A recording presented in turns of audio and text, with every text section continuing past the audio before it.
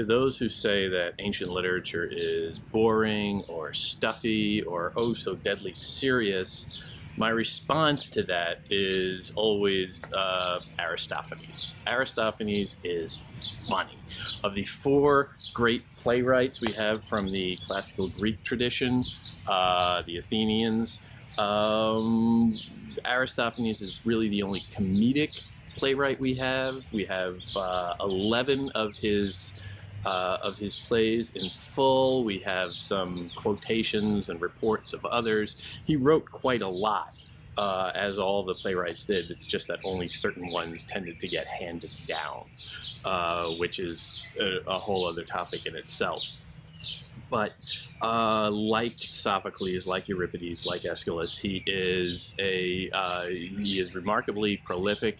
He wrote his plays for competitions at religious festivals, and they were always performed on the same basic bare stage in front of a skene, a scene, as it has come down to us, which is just a curtain.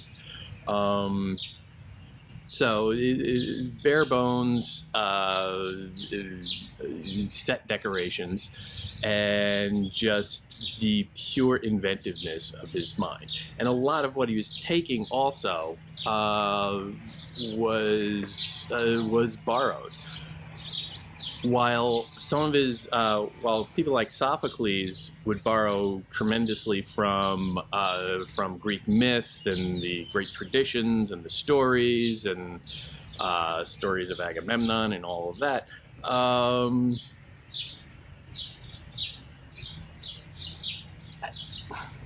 Aristophanes was more of a rip from the headlines kind of guy. He wrote comedies. Now, the basic breakdown, you can talk about the definition of comedy a couple of different ways. He wrote technically what is known as old comedy. A couple of generations later, it would become new comedy. So new is, still a couple thousand years old.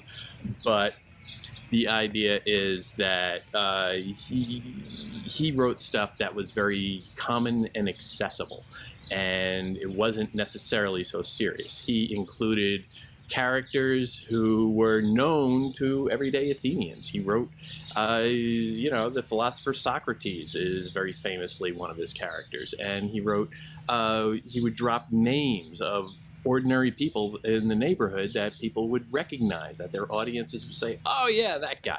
Political figures, public figures, sometimes just ordinary, human beings that have friends. And in this, he creates a sense of recognizability and identifiability with his audience. And this allows him to do an awful lot that if he couched all of his work in the ancient age of heroes or something like that, it wouldn't have that same power. And especially since he is trying to be funny, and he is. He is laugh out loud funny. Sophocles gets produced off Broadway and stuff like that, and on college campuses every now and then, and it's it's engaging, and it can be very enriching and very challenging and very fulfilling on so many levels. But Aristophanes lets the actors and the directors and everybody have fun with it. And he is a favorite for that reason, because he has so many jokes. He's writing like a Saturday Night Live skit in so many of his plays. They're just a little bit more prolonged. And probably his most famous play, his most famous gimmick for a play, comes to us in Lysistrata, the story of a women's revolt of sorts during the Peloponnesian War, which is the war among Greece. The Greek city-states primarily Athens against Sparta and allies. This is a very funny play with a very serious theme. It's about stopping a war, about settling a war that had been going on for roughly 10 years by the time this play is written and produced, and one that had been very devastating to the entire Greek civilization. And so it is very serious, but he takes a funny turn with it. And the setup is it's not just the one joke comedy. He manages to get an awful lot else in there, but it is remarkably consistent in how many different times he can squeeze that one joke for a new laugh. And it is it's funny, it's hysterical. On the page is one thing, to see it performed, because you can go so many different ways with it.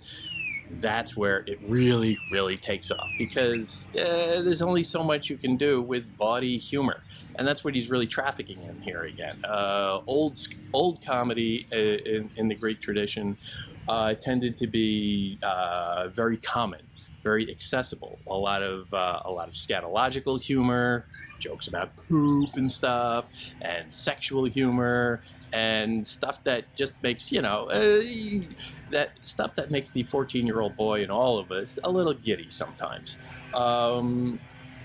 It's less refined, it's less contingent on wordplay and witty asides and stuff like that. It has a lot of that, but at the heart of it is all a fairly common denominator level goofiness. Goofy is the wrong word, but you'll get it. The context is fairly simple. Like I said, you're 10 years into the war. It's wrought all sorts of devastation. It is essentially Athens versus Sparta and a bunch of allies who feel that Athens has been the head of what they call the Delian League, which is a loose confederation for these city-states to act together, presumably to fend off enemies to Greece. Greece didn't really exist. It was just a land mass with some attributive islands that had faced off against the Persians and came to this group, this confederation, the Delian League, to fend off others. Now, since Athens was the primary city-state at the time, it took the leadership role, and for that, it extracted some tribute, and that created frustrations. It told all the other city-states, okay, we're in charge, we're going to decide, how we're going to defend ourselves as a confederation. And Athens had the great navy, and they were the best situated to fend off invasions from other sides, because you had the navy, you had the ships that could circle before anybody got to the mainland. But they asked for money. They demanded money. They wanted leadership, they wanted all the power, and they wanted other people to pay them to execute that power. And that creates frustration, that creates rivalry. Sparta was arguably a better land fighting force than Athens. And certainly they are famously more militaristic. So they felt particular umbrage towards this Delian League, and so they got together and they started to fight. And this is the Peloponnesian War. And so they're fighting one another for 10 years, and it's going on for a long time, and everybody's getting frustrated. And at the beginning of the play, the women have called a meeting. The women of Athens. but they have invited women from the other city-states. It's going to be a kind of peace talk, negotiation. Well, not really. It's a strategy. It's a shared strategy. Lysistrata comes out first. She is, she is the leader. She has a conversation with her friend Colonica, who's a little bit less idealistic. Lysistrata comes out. She starts complaining that, well, I asked all these women to show up to my meeting. Where are they? They're running late. Excuse me. And she's irritated by this. She's very impatient. And Colonica is like, well, these things happen. She's much more of a common voice of the people type. And so, but Lysistrata feels a little bit, there's that little bit of a contrast there where you get a sense that Lysistrata might not have the common touch, but she has great leadership skills because she has come up with an idea. She has gathered together women from all over Greece to come and take part in it. But maybe she's not so understanding of the human element there, human nature. And pretty soon you start to get little jokes that the average student who comes to this as an assigned reading and, oh my gosh, it's Greek theater and how stuffy is this? But you get them talking about the meeting. Colonica says, well, Lysistrata, dear, what exactly is this business you're calling us women together for? What's the deal? Is it a big one? Lysistrata responds, big. Colonica says, not hard as well. Lysistrata says, it's big and hard, by Zeus. Colonica says, then how come we're not all here? In case you're uncertain, because you're trying to read this as a classics type student, these are dick jokes, and there are a lot of them, and they come at you, and suddenly you're not quite sure. Well, that couldn't mean that. That's not very, great books of Western literature on me. That's now those aren't Harvard classics or anything. That's a dick joke, and there are a lot of them, and this is what Aristophanes is doing. Every time you come on something like this and you're not quite sure, you think it might be a dirty joke in there, chances are it is. And if you just maybe slow down and say, well, yeah, okay, it is. You recognize it. There's no other way to interpret it. Once you see it, it's there and you hear it. It's not stuffy. Now, the lines are very fast and they're coming at you very fast, and you should take them very fast. This is, dick jokes are not meant to be mulled over. They're just funny on the surface, and you keep going. There's the next one coming really, really soon. And you gotta love it also how they come up big and hard, and then Colonica comes up after that joke sort of lands and you get the giggles going. Colonica comes in with the topper, then how come we're all not here? Colonica is the more human touch of the person. Lysistrata is playing along with this, you get the sense. She knows how to play an audience, perhaps, but Colonica is really the most humanistic of the duo, the more humanistic of the duo. So, pretty soon all the women start showing up, and they're from all over Greece. They come in and they'll talk about the different kinds of women who are coming in, the different tribes they're from, the different cities they're from, and you get a sense of this really is an extraordinarily broad gathering. This is nothing particularly niche. This is a universal gathering of Greek women from all different cultures, and they're coming in. And one of the most notable is a woman from Sparta, and she comes in. And she speaks in kind of a funny dialect. The translators translators have great difficulty with Aristophanes to begin with because he's writing in a kind of street lingo most of the time to make it accessible and make it seem like it's, you know, very current, very hip, very trendy. So he's using a lot of slang, but it gets even harder when he's trying to do dialect. And the Spartans had a particularly pronounced dialect that was hard for Athenians to break through. And when you translate that into English, it becomes even more difficult. So most translators will, try and, you know, they'll put really bad grammar in there and try and make it point out that it's a very different culture. One translation has it like an English translation puts the Spartans from Scotland, so you get a lot of "you're all a wee bonny lass" and all of this silly dialect, and or sometimes it comes off sounding like, you know, a Russian or something like that.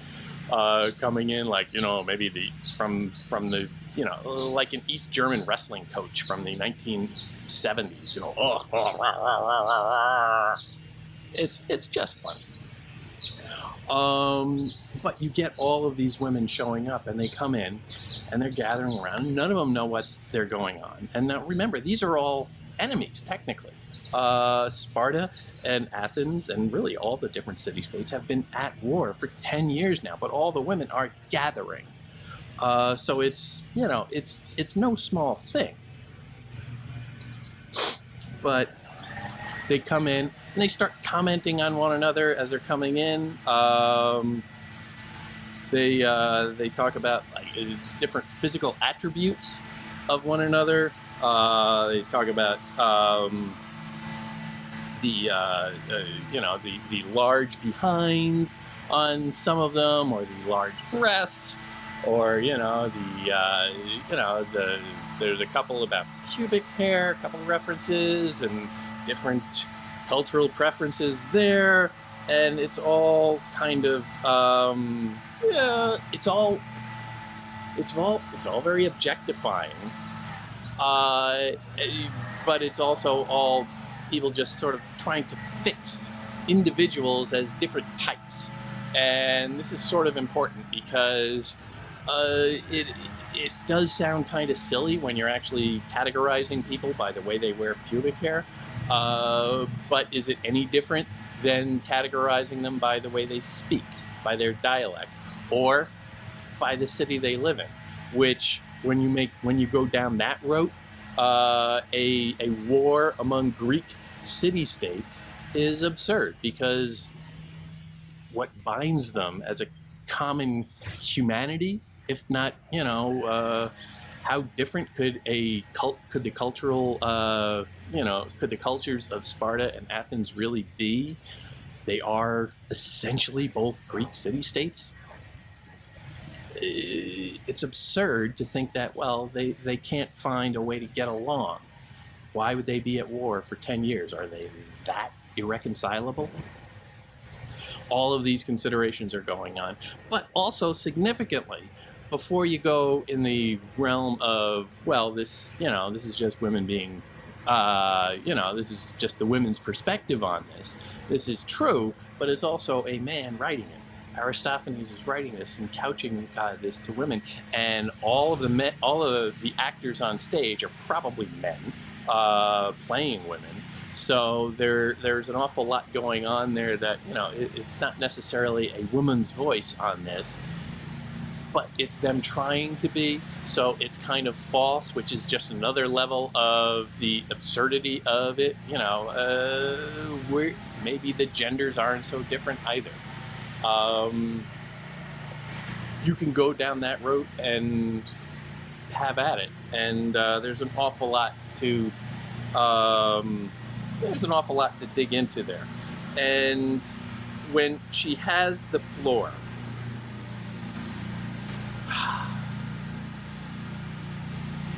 the Lysistrata tells them, "Okay, ladies, here's the deal.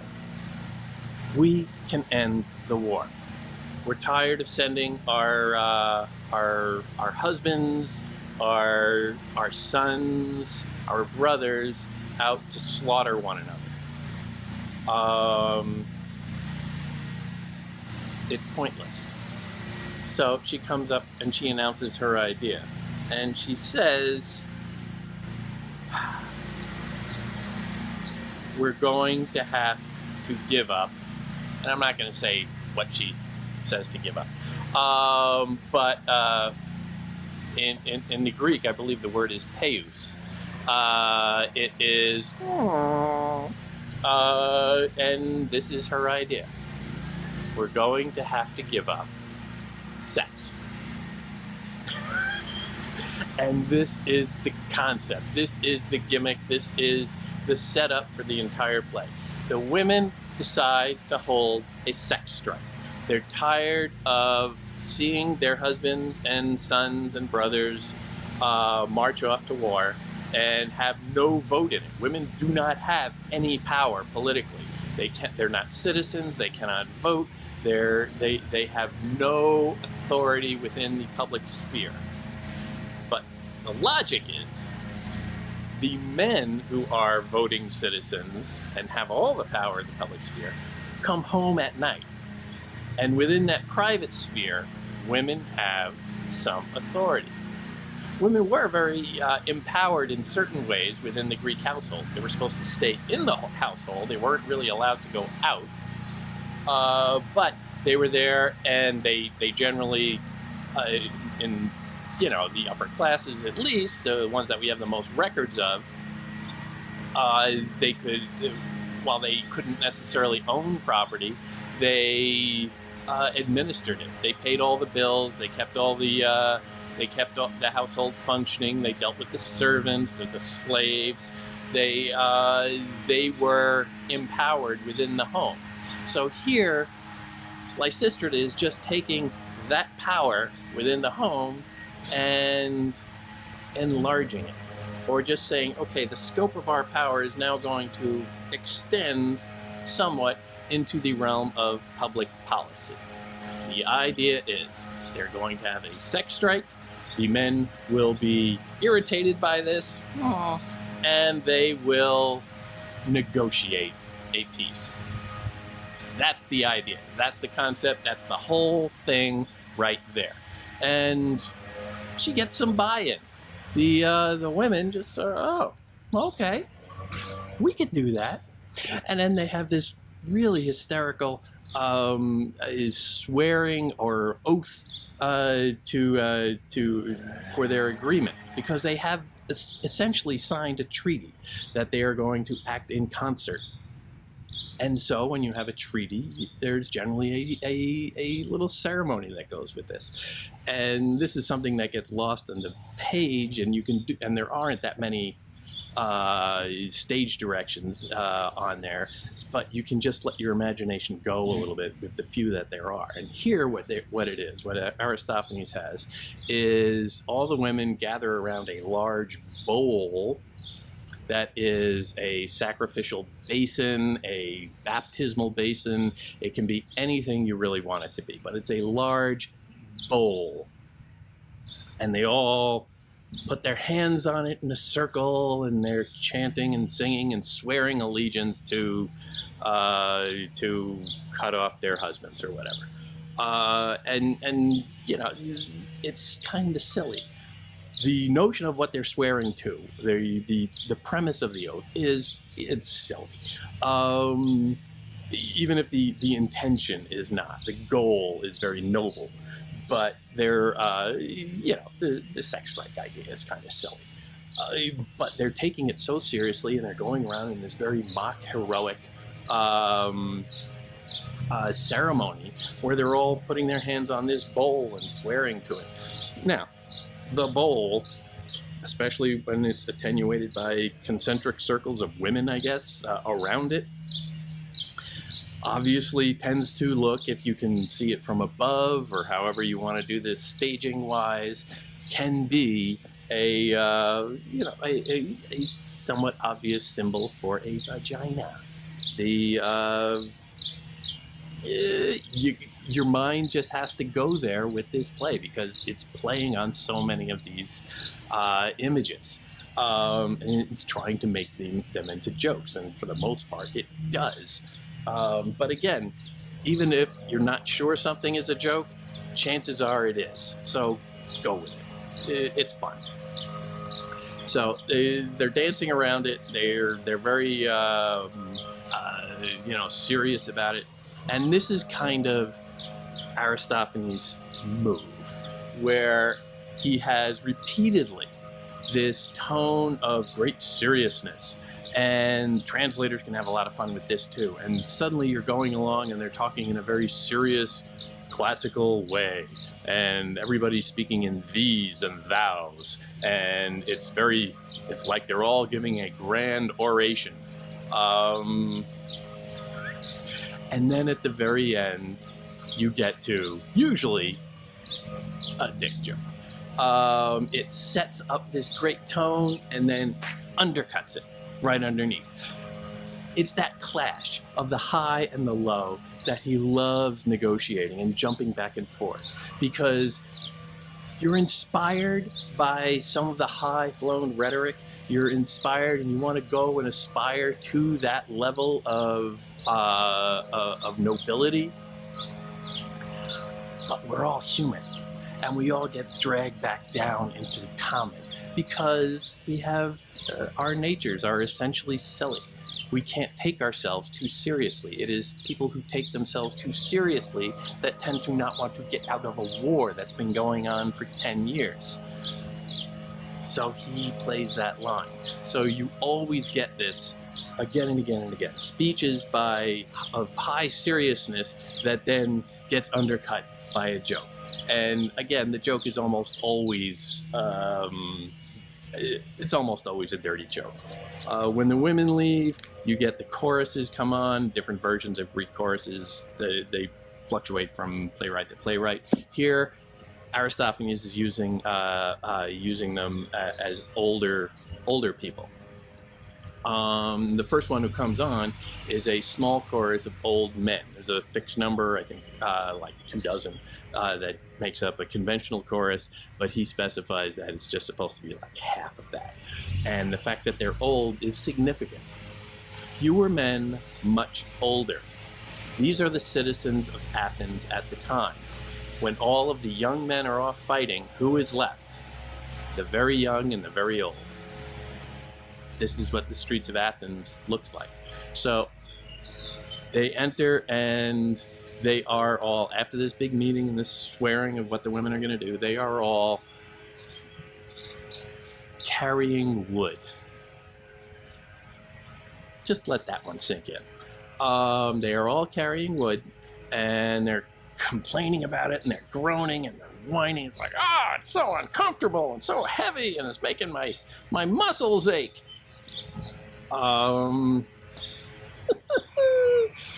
And they want to come up and they want to have a ceremony where they light their torches in front of the Acropolis, and then dip their torches in a ceremonial font. And a rival chorus of old women approach, and so you have these two groups of geriatrics essentially going back and forth, sniping at one another, and you can see the plan is afoot. These are the common people now of Athens, and there's a lot of hostility. There's a lot of misogyny, a lot of threats. The leader of the chorus of men goes right to violence. By Zeus, if someone had socked them in the mouth a couple of times, they wouldn't still be talking. That's a somewhat dark note. And you get a lot of this misogyny coming out. There's no beast exists so shameless as women. There, Aristophanes is quoting Euripides, his fellow playwright. There's a lot of references to witches. Older women are always identified as witches. And the women are, getting outraged, and they're having this argument back and forth until the women are carrying this water to the Acropolis. We'll get to that. And they just take their buckets of water and they douse the men. Now, this does a couple of things. One, it makes them all wet, and, who really wants to be wet? But two, they were all carrying torches, and their torches are now damp and extinguished. Make of that imagery what you like. A magistrate comes in, a city official, and he is perhaps even more misogynistic, more hostile. And speaking with Lysistrata, things get especially heated because she is coming at it, and she is very logical in the way she's laying out her plan. Part of that includes just the fact that they are in the Acropolis. The Acropolis is essentially where, it's where all the money was kept, where all the civic wealth, the treasury essentially, for Athens was stored. And remember, money is at the heart of the entire conflict, because under the Delian League, Athens has been essentially extorting money from the other city-states for years, decades now, and that undercurrent is there. That it's not all just about it's not all just about sex. There is an awful lot going on here about basic human greed. And just the situation that the women are now hiding out, essentially. This group of women is now hiding out in the Acropolis, locates it within that realm of, that's where the money is. So it's just ringing that bell to make sure that the audience understands that there are a couple of layers to this, and we don't want you to forget what this is all really about. Well,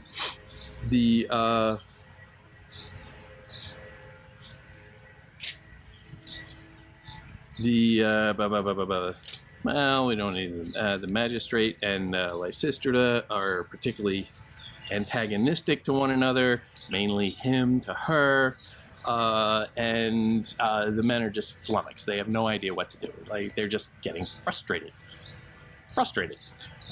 We'll get there.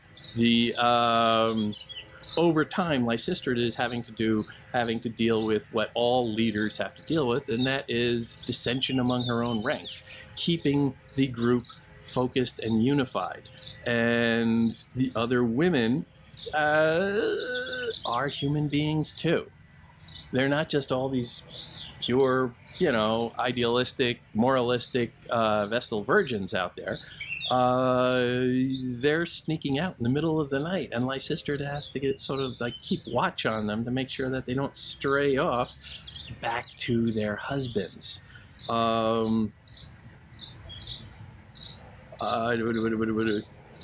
She sees one walking off, hey you, what's your hurry? The woman says, I want to go home. I've got some Malaysian wool in the house, and the moths are chomping it all up. Lysistrata says, moths? Get back inside. First, the woman says, I'll be right back. Just let me spread it on the bed. Oh, Lysistrata, you won't be spreading anything nor going anywhere. The wife says, I'm supposed to let my wool go to waste? Wool. Again, make of it what you will. Lots of that. It's the first of a series of women who are just trying to sneak out and go get a little something at home before they come back in. Because women are people too. Women have the same human urges, the same drives, and they can have high ideals, but part of what makes them human is that they're naturally susceptible to human urges. And this is a problem for Lysistrata, who is trying to inspire them to the highest ideal for a noble purpose, but still, you're going to have some backsliders. You're going to have some people who's like, well, oh, what could it hurt? Just a couple of hours. I'll be right back. The The play gets even bawdier as time goes on, and the effects of a dry spell start to become visible among the men, and you actually have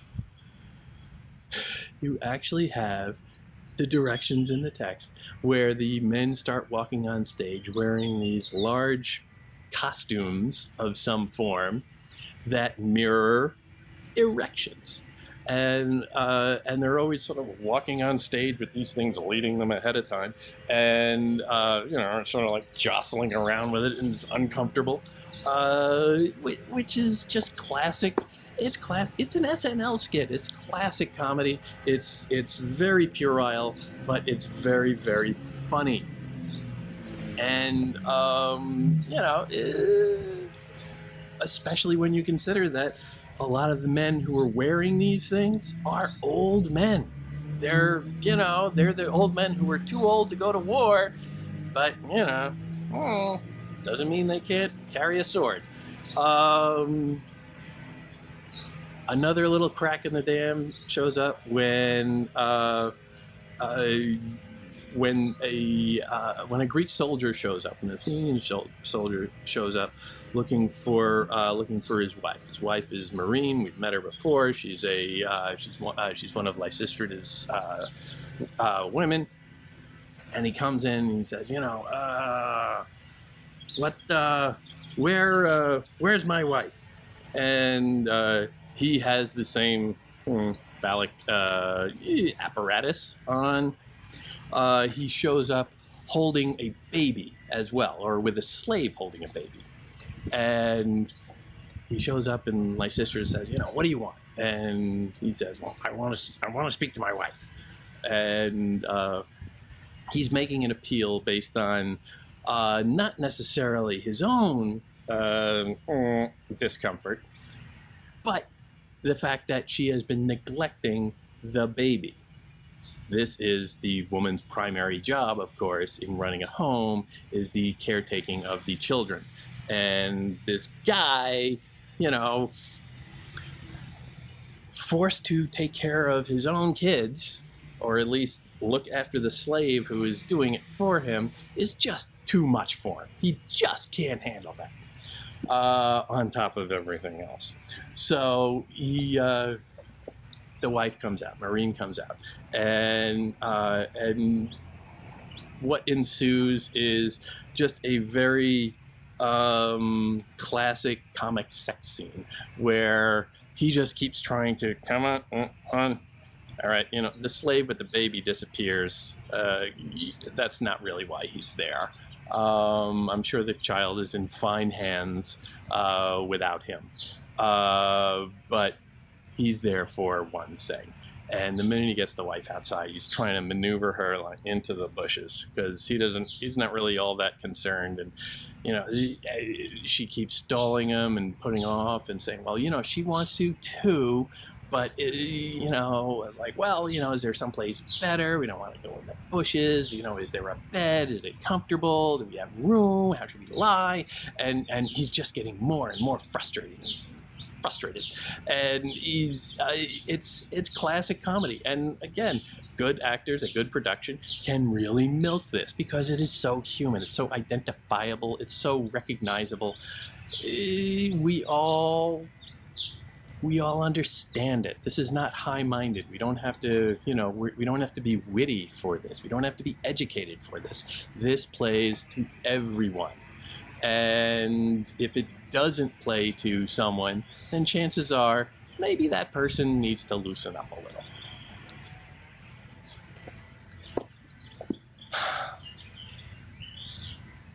It doesn't consummate, let's just say. But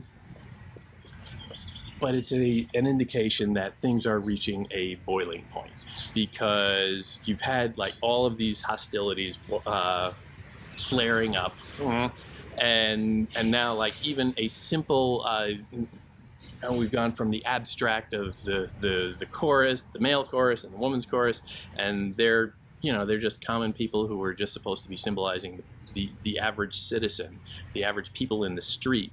But now we're dealing with like specifics, a specific home, an oikos in the Greek, where a husband and wife cannot,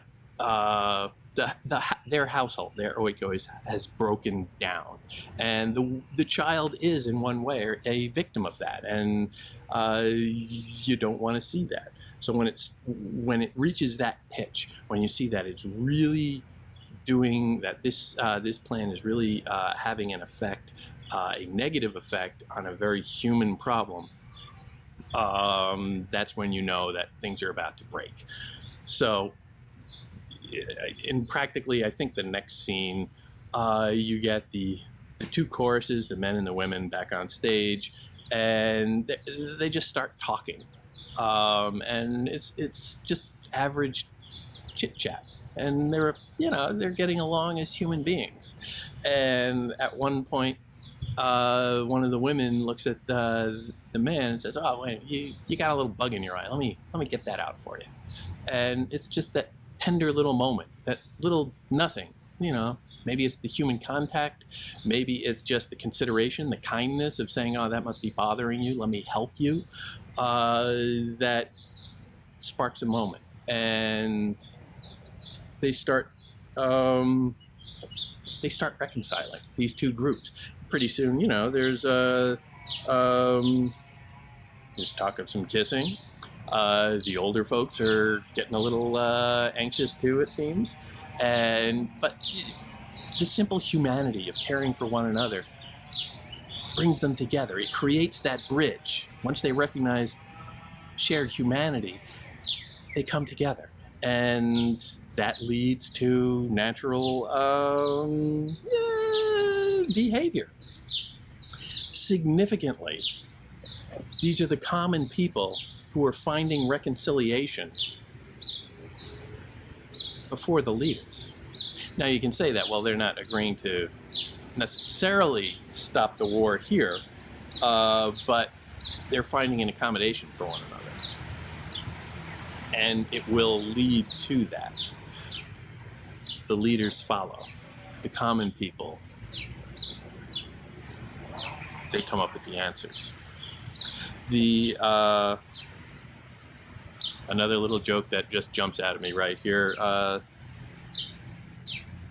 Women speaking. So let every man and woman tell us if they have need of a little cash, say 2 or 3 minas. We've got it at home, and we've got some purses for it too.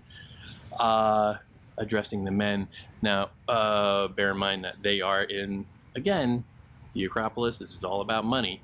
But they are responsible for managing the household budget, and so they have that power, and they're claiming it a little bit here, and that's part of the problem for men. They're walking around, they don't know how to handle money. They're idiots.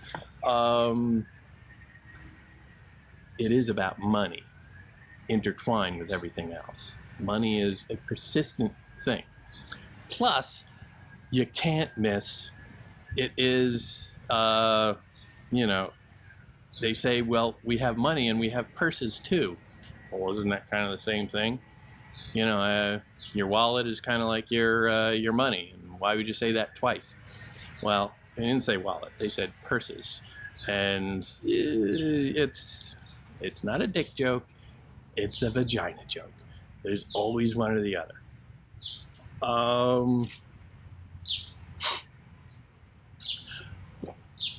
But they agree. They agree in principle. They come together and they bring together the opposing sides of the men. The Spartans, the Spartan soldiers come in. The soldiers from all over Greece come in. The Athenian representatives are there, and they strike a deal. Spurred on, perhaps, by their individual interests, but also perhaps drawn to a recognition of shared humanity and a desire to participate in ordinary life again. Something that we can all aspire to, something that is beautiful and ideal and noble in its own way. But they've been stuck in this war and don't know how to get out of it for so long now. They needed a little nudge to get them along the way, to come together. And in the end is very interesting, because it turns into a kind of peace process celebration where they bring everybody together and they talk. All of the different factions start talking about the what was at stake in the war, and how can we settle this without fighting. And it's, you know, a war is also, well, it's about money, but it's also largely about land. So they bring a woman on. This is another matter of staging, but the text itself calls for a naked woman on whom is draped a map of Greece. Now you can do this a bunch of different ways, of course, these days, and maybe have holograms or projections or who knows, but it's a naked woman with Greece mapped onto her. And then they start talking about the different parts of it. And again, a lot of this is very funny, and a lot of it is very, very dirty. But they are just identifying different parts of her body and saying, you know, well, we want that one, you know, and a lot of it is smutty. When one of the parties says, well, we want the back door, and she's pointing on her tush, the other side says, oh no, we can't give that up, that's for us, that's our favorite.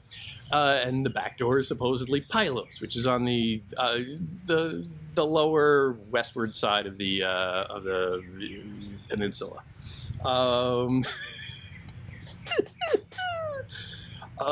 But they're just identifying, they're essentially breaking apart this woman and segmenting her as a physical being only.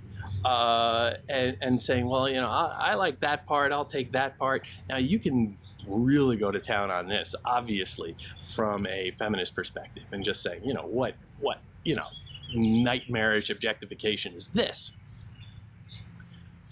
But it's also a representation of humanity, because the central argument of this play, I would say, on a diplomatic level, is that, you know, we're all human. Greece is many different city-states, there are many different kinds of people, but we are all human. And you can extrapolate that pretty quickly from Greece to, you know, the world. We're all human. We're all bonded by a similar humanity. So segmenting here and there, it sounds kind of weird and freakish and stupid, but maybe that's the point, that it is weird and freakish and stupid, and that we should just recognize that we are all human, and that the notion of different parts is silly when you have the coherent whole right in front of you. And you can't lose sight of the fact that it is the women who point this out, who teach this lesson to the men. So the final image of this is inescapably female.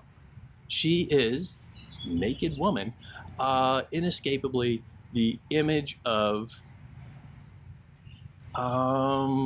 humanity and of a whole Greece, Pan-Hellenism, as they would call it. Throughout all of this, I should say, well, they strike a deal. The celebration part of it comes underway. It becomes this somewhat zealous orgy, is the only word I can think of. There's music, there's dancing. You know, again, you can go a lot of different ways with the production on this. But there's music, there's dancing. Lysistrata is brought back on stage, but she has no lines. She is silent. And here again, you can go crazy with that.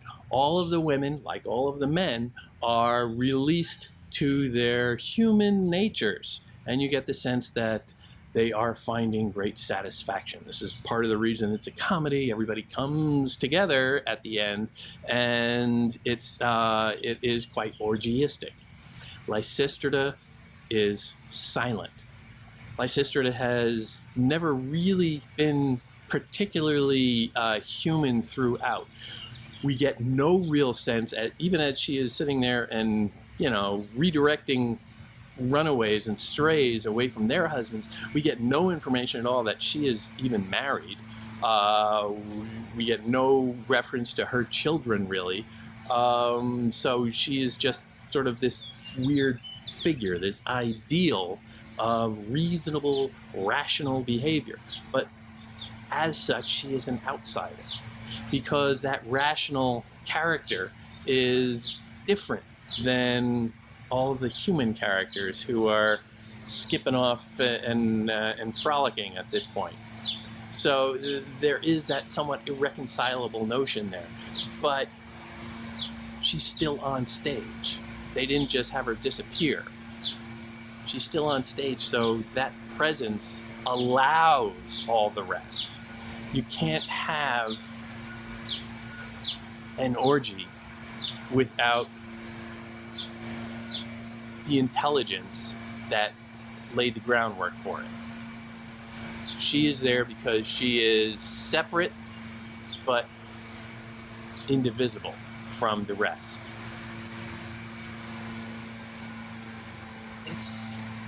It's a beautiful vision. It's a challenging vision. It's very funny. You can just go for the dick jokes and let it go at that. And obviously there are a lot of them. I just scratched the surface talking about these. But you can have a lot of fun with this play and still come away with it and say, oh, okay, that's peculiar. That's interesting. I hadn't thought of that. And, it's not something that you can just take. Well, you can take it on a superficial level and just laugh and have a good giggle at it and walk away. But if you dig underneath, you can find all of this other stuff, which again is kind of what Aristophanes is saying to do. All of the superficial crap that led to a decade-long war. You scrape all that away. Look underneath. What can you find? You can find stuff that makes you laugh, makes you cry, makes you think. You can find humanity. And that, above all else, is something you can share.